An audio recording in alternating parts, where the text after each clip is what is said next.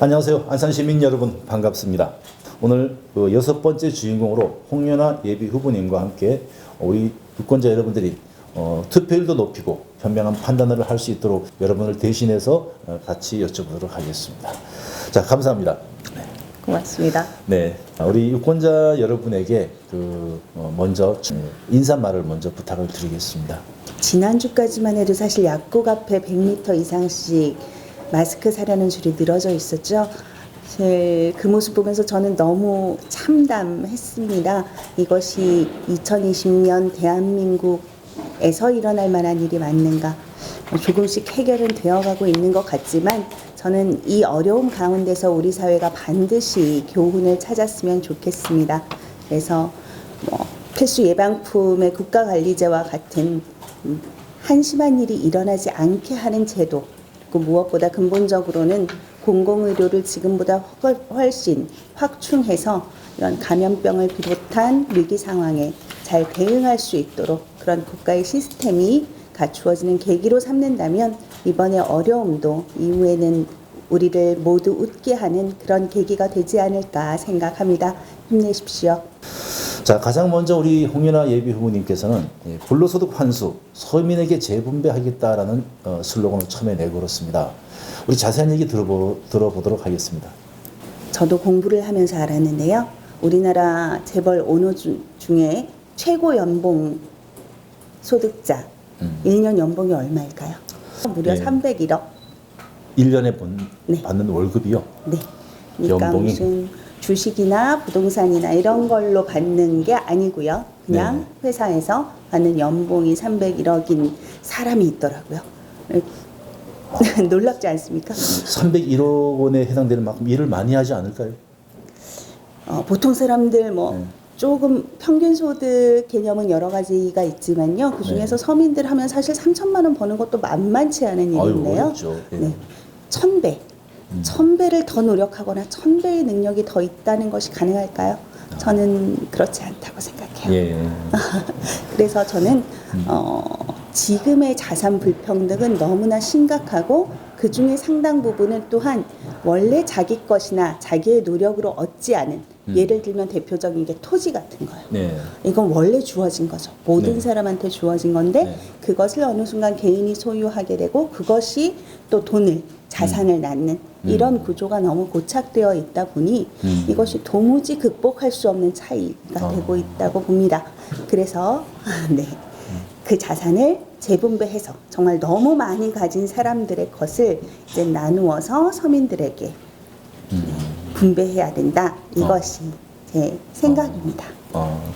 그러면 그 불로소득을 이렇게 재분배하는 과정에 무조건 평등만 주장한다면은 얼핏 보면 또 공산주의처럼 비춰질 수도 있을 것이지만 일하지 않고 많은 돈을 가지는 사람을 일하는 사람에게 나눠줄 수 있는 어떤 여러 가지 방법이 있겠군요. 그렇죠. 네. 그래서 저희도 이제 불로소득 환수라고 내건 것이죠. 무조건 부가 아니라 일하지 않고 돈이 돈을 먹는, 돈이 돈을 버는 이러한 사태를 좀 해결해 보고자 하는 것이고요. 사실 공약으로는 굉장히 많습니다. 예전에 민주노동당 시절부터 요구했던 부유세 같은 것도 그런 자산 재분배를 위한 세금 제도인 것이죠.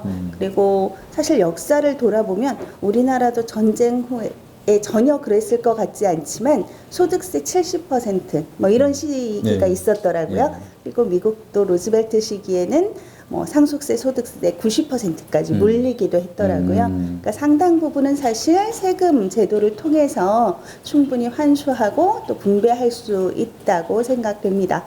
그리고 거기에 덧붙여서 저는 주택 같은 경우에요.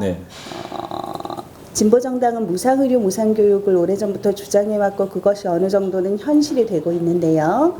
주택 같은 경우도 의료나 교육만큼이나 사람이 살아가는데 필수적인 것이지 않습니까? 그러다 보니 그것도 가지는데 어느 정도 제한이 필요하다라는 생각이 듭니다. 우리나라 상위 0.1%가 평균 7채의 집을 소유하고 있다고 해요. 그러다 보니 사실 우리나라 주택 보급률은 100%가 넘어서 104% 이렇게 되는데요.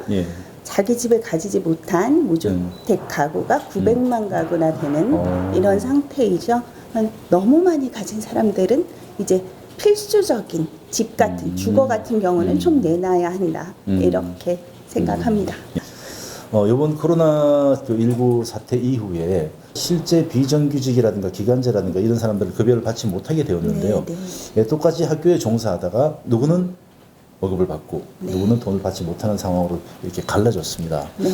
이런 비정규직이나 기간제, 사실상 불안정한 직업 때문에 심리적인 것은 물론이고 경제적으로 모든 부분이 불안합니다. 혹시 이 점에 대한 대안을 갖고 계시다면?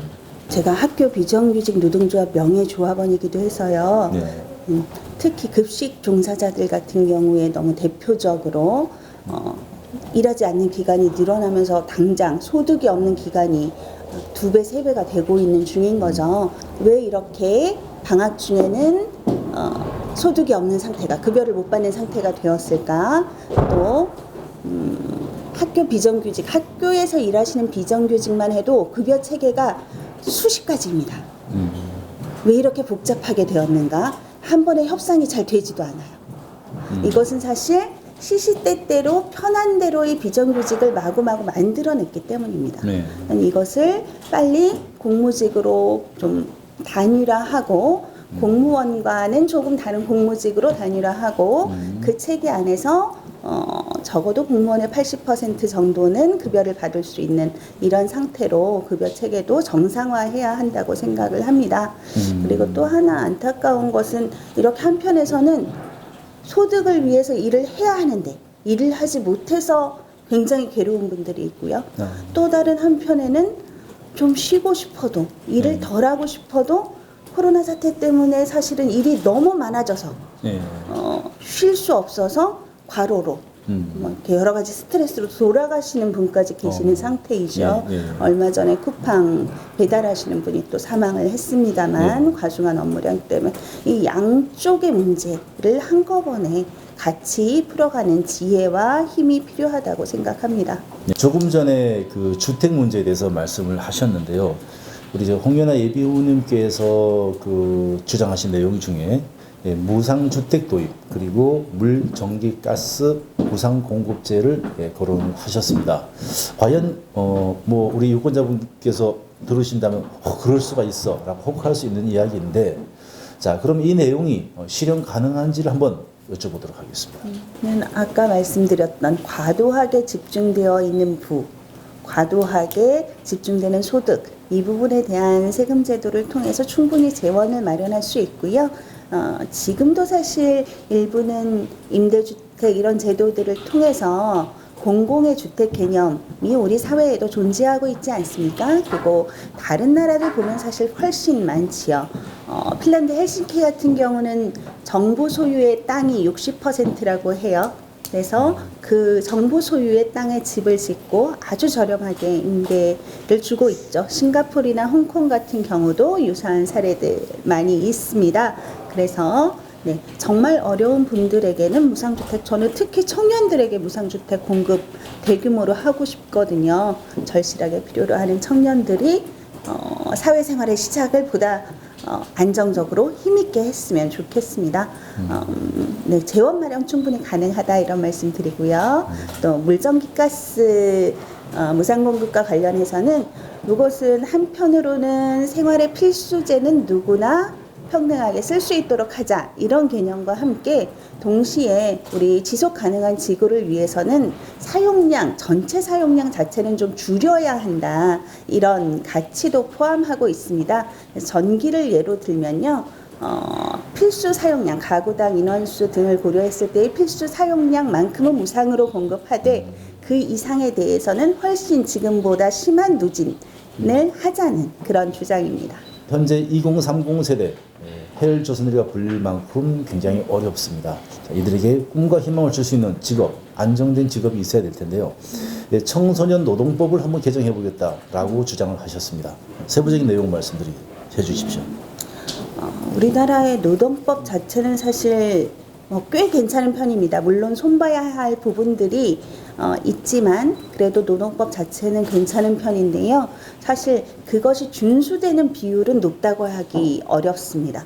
특히 청소년 청소년들 그리고 알바생들에 대해서는 더 많이 그렇죠. 그래서 청소년들에 대해서는 원래 노동법에서 규정하는 것보다도 더 제한을 둬서 노동 시간 더 어른보다 더 많이 일하는 청소년도 있는데 그러면 안 되지 않을까요? 그래서 그런 노동 시간 그리고 야간에 일하는 것 이런 것들은 무리하지 않도록 청소년의 건강권 보장할 수 있도록 제한을 하고 대신에 임금은 최저임금 적어도 받을 수 있도록 저 불과 한 4년 전 선거를 앞두고도요. 청소년 알바생 시급 3,000원 받는다고 저한테 해결해 달라고 오신 분 계셨어요. 최저임금의 절반 수준 정도일까요? 근데 지금도 그런 일 없지 않습니다. 그래서 그렇게 일하는 청소년들이 정당한 대가를 받을 수 있도록 하는 내용, 실제 그러려면 사람이 필요한 게 사실 문제입니다. 그러니까 법만 만들어 놓는다고 되는 게 아니잖아요. 그것을 점검하고 또한 개선할 수 있는 그런 사람을 배치하는 문제까지 포함하고 있습니다. 예. 이런 청년들이 그 주택 문제로 고민을 할 때 월세를 10만 원 이상은 받지 말아야 된다. 그래야 뭐 고생해서 벌어서 차 떼고 포 떼고는 뭐 남는 게 없다. 예. 맞습니다. 주로 이제 그 주택 임대료가 많은 비중을 차지하는데요.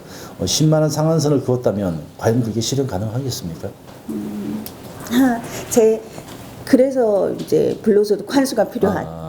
네. 같은 맥락에서. 네, 그렇습니다. 그리고 이 집세를 당장 받지 못하게 할 수 없잖아요. 그런데 집세를 받는 것도 상한이 필요하다. 이건 사회적 합의가 필요한 부분일 텐데요. 예를 들면 최저임금 연봉으로 쳤을 때 10배 이상은 임대소득으로 받지 못하게 하자. 이런 거 제안해보고 논의해 볼 수 있다고 생각합니다.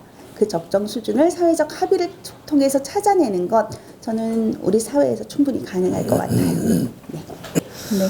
두 번의 그 시도 의원을 하시면서 시장이 틀리죠? 예, 그렇죠. 영역도 틀리고 네.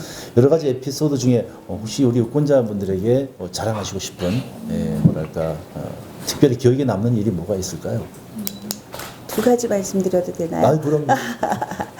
저는 하나는 이번에 코로나 사태를 맞아서 제가 더더욱 돌아보게 되는 일인데요. 제가 시의원 때 이제 이렇게 포털에서 검색해봐도 제일 많이 나오는 건 사실 무상 예방 접종입니다. 영유아 무상 예방 접종 전국 최초 안산에서 실현 이렇게 연관 검색어가 뜨지요. 당시에는 혹시 영세아, 그러니까 돌되기 전에 예방 접종 몇 번 하는지 아시는 분 계신가요? 한 6번 하지. 10번 또는 11번 이렇게 합니다. 네. 그 비용만 해도 사실 다 돈 내고 한다고 그러면 꽤 부담스러울 텐데요. 그리고 뭐 맞벌이 가정이나 한부모 가정이라고 한다면 그 주사 맞출 때마다 회사를 쉰다고 하면 그것도 굉장히 부담스러운 일이죠. 네. 그런데 당시에는 보건소에서만 무료로 예방접종 할 수 있었어요. 그런데 지금은 12세까지 아동들 모두가 민간병의원에서 동네 병원에서 무상으로 예방접종 할 수 있게 되었죠. 안산에서 최초로 실현했습니다. 그게 제일 큰 자랑이고요. 네. 도의원 때 이어서 공공산후조리원 조례를 만들었습니다. 산후조리원 대체로 다 무엇하는 곳인지 아실 텐데요. 많은 산모들이 이용하고 있지요. 그런데 그것도 가격이 천차만별입니다. 예를 들면 2주 기준으로 했을 때 도의원 시절이었으니까 몇 년 지났죠? 네, 당시 기준으로 했을 때 뭐 2주에 100만 원에서 몇 천만 원까지 이렇게 다양하게 존재합니다. 그런데 무슨 차이가 있는지 정확히 객관적으로 비교할 수 없어요. 그리고 사실 안전의 문제도 또 존재합니다. 산후조리원이 정확히 의료시설도 아니고요. 복지시설도 아니고 좀 애매한 형태로 되어 있는 것이죠. 저는 그래서 공공에서 하나는 표준을 만들 필요가 있다. 금액도 그렇고 서비스의 질도 그렇고 표준을 만들 필요가 있고 공공이 어느 정도는 있어야 정부의 정책이 지자체의 정책이 집행되는 것을 강제할 수 있습니다. 그래서 공공산후조리원 조례를 만들었죠. 이 무상예방접종과 공공산후조리원 조례에 이어서 공공의료를 확대하기 위한 저희 관심과 노력이 투영된 저로서는 가장 뿌듯한 시의원, 도의원 의정활동 경험인 것 같습니다. 예. 국회로 가신다면 출산율을 높이기 위해서 구체적인 안이 있다면 어떤 게 있을까요? 제가 시의원 시절에도 무상예방접종 추진하면서 통계 자료들을 뽑아봤는데 당시에 만 7세와 만 0세에 2007년으로 기억되는데 당시에 만 7세와 0세의 인구 수가 그러니까 태어난 아이의 수가 거의 1.5배 이상 차이가 났습니다. 당시에도 이미. 그러니까 만 7세는 아마 만 6세는 11,000명 정도 됐는데요. 당시에 만 0세는 7,000명밖에 안 되는 거예요. 빠른 속도로 줄어들었다는. 네, 엄청 줄어들고 있는 거죠. 지금은 더 줄어들었죠. 그런데 저는 이 문제 해결하는 거요. 사실 출산을 장려하는 정책으로 되지 않는다고 생각합니다. 저는 이 사회를 근본적으로 내가 살만하고 그래서 내 후대도 살만한 곳으로 바꾸지 않으면 근본적으로는 이 문제 풀리지 않는다고 생각합니다. 교육시키는데 엄청난 사교육비가 드는 문제 그리고 내 아이가 자라서도 자기 집 갖기 어려워서 여러 곳을 부유할 수밖에 없다면 혹은 비정규직을 전전할 수밖에 없다면 내 아이를 태어나게 하는 거 죄가 아닌지 고민하게 되지 않을까요? 저는 그런 고민을 다 합쳐서 우리가 이 사회를 모두가 행복한 사회, 안정되게 일할 수 있는 사회, 원하는 사람 누구나 배울 수 있는 사회로 바꾸는 것이 사실 더 많은 아이가 태어나서 행복하게 살 수 있는 유일한 방법이라고 생각합니다. 단편적인 방법 통하지 않을 것 같아요. 네. 우리 후보님이 그 숙명여고 졸업, 고대 이과대학 전산학과 졸업하셨고 또 이래저래 많은 사회활동을 하셨습니다. 시도 의원도 거주셨고요. 이런 프로필 보다가는 사람 공연화 그리고 또 지역 주민으로서 안산 시민의 한 사람으로서 오랜 시간 안산에서 다리품을 팔고 활동을 해왔던 과거 이야기 한번 여러분께 진솔한 한 표를 호소하는 당부의 말씀 듣도록 하겠습니다. 네. 저는 본호동에서 처음 무료 공부방 열었던 시절이 생각나네요. 그때 정말 반지하 다세대 주택 얻어서 무료 공부방이라고 플랜카드 하나 붙였더니 문의 전화가 쇄도했습니다. 당시만 해도 지역아동센터나 학교의 돌봄교실 이런 게 전혀 없던 때였어요. 몇십 명의 아이들과 함께 방과 후에 여러 가지 공부도 하고 놀기도 하고 밥도 먹고 이렇게 활동을 시작한 것이 저의 지역활동 시작이었습니다. 저는 이 아이들이 지금은 이미 자라서 성인이 되었는데요. 그 아이들도 같이 꿈꿀 수 있는 세상, 희망을 가지고 노력할 수 있는 세상 만들고 싶습니다. 그리고 제가 걸어온 진보정치 짧게 잡아서 15년의 세월이요. 부족하다면 부족하지만 그 길에서 벗어나지 않았다는 걸 또 우리 지역구의 많은 주민분들이 알고 계십니다. 그 한 길을 걸어왔던 것 그리고 항상 서민과 함께 했던 것 기억해 주신다면 네, 믿어볼 만하시지 않을까요? 감히 말씀드려 봅니다. 지금까지 민중당 예비후보 상록갑 지역구의 홍윤아 예비후보님 오늘 6번째 초대 손님으로 모셨습니다. 함께해 주셔서 감사드리고요. 유권자 여러분 건강하시고 현명한 판단을 기대하겠습니다. 고맙습니다. 고맙습니다. 네, 고맙습니다.